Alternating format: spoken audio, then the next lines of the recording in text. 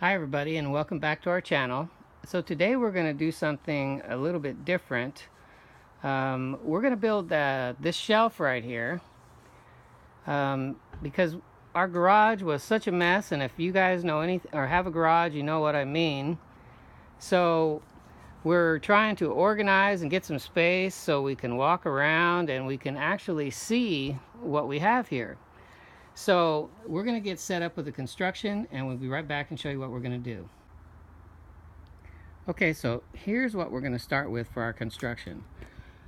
Basically, this is 10 2x4s that have been cut into various lengths, and we have 6 pieces that are 71 inches.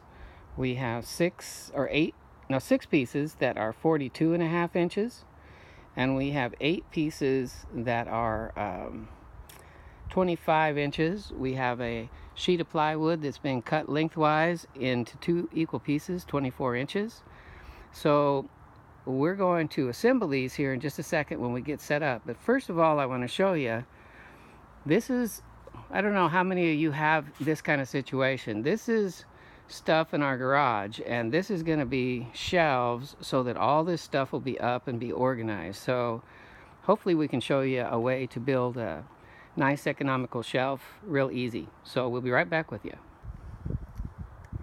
Okay, we're back now, and what I've done is I have laid out one of the sides of the shelf. Basically, it's one of the 71-inch pieces, and the 71 and the 71, and in between are the 42.5-inch pieces. And I'm using my 25-inch pieces here, you can see right there, to act as a spacer so that I have my shelf level. And I want to say I misspoke earlier. In our materials, we need 8 of the 42.5-inch pieces, not 6. So what we're going to do, you can see I have my Craig jig holes already drilled. So we're going to screw this together with the Craig jig screws, and then we're going to repeat the process and build the other side. So I'll show you when we get the pieces built. Okay, so this is the second part of our construction here. As you can see, we took our 24-inch pieces right here, and we set them on the corner and drilled in. Set these approximately midway, put our screws in, so we end up with all the left to right pieces on there. And now we're going to build the other long piece and attach them together. So we'll be back when we get that segment done. Okay, so I hope you can see this. This was the piece right here that had the cross pieces on, and we built the identical side piece and then just stood this up and over and laid it right down. So now we'll match up these corners here and put in the Craig jig screws and then stand it up. So we'll be back in a second and show you the end result here. Okay, so we've got it all together and stood up upright.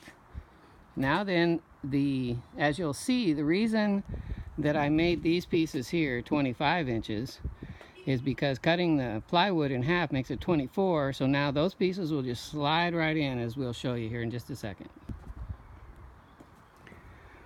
Okay, so you can see that we have slid this piece in, and because it's a garage piece and I'm going to just get all that stuff up off the ground and organize where we can see it, I didn't really care about these distances here because we're just going to be putting boxes on, but the top piece will fit on the same way. So as soon as we get it all cleaned up, we'll show you how useful it's become. So stay with us. So here's a reminder of what we started with. Our 2x4s cut 71 inches, 6 pieces, 42.5, 6 pieces, and 8 pieces, 25 inches. A piece of plywood, I think it's 9/16 plywood that's cut, ripped lengthwise into 2 equal pieces, and a garage that's a mess. So that's what we started with. So now we'll show you the end result. Okay, so we've got the shelf in the garage. We haven't completely organized everything, but I think you can see that that's quite a bit different. We have now we have all kinds of space under here. We've got all kinds of space there. We can walk around and we can actually see things. So I hope that you can take this little project and put it to use for you. So we hope you enjoyed this video as much as we enjoyed bringing it to you. Please give us a thumbs up, subscribe, and share with your friends. And until next time, we hope you have a great day.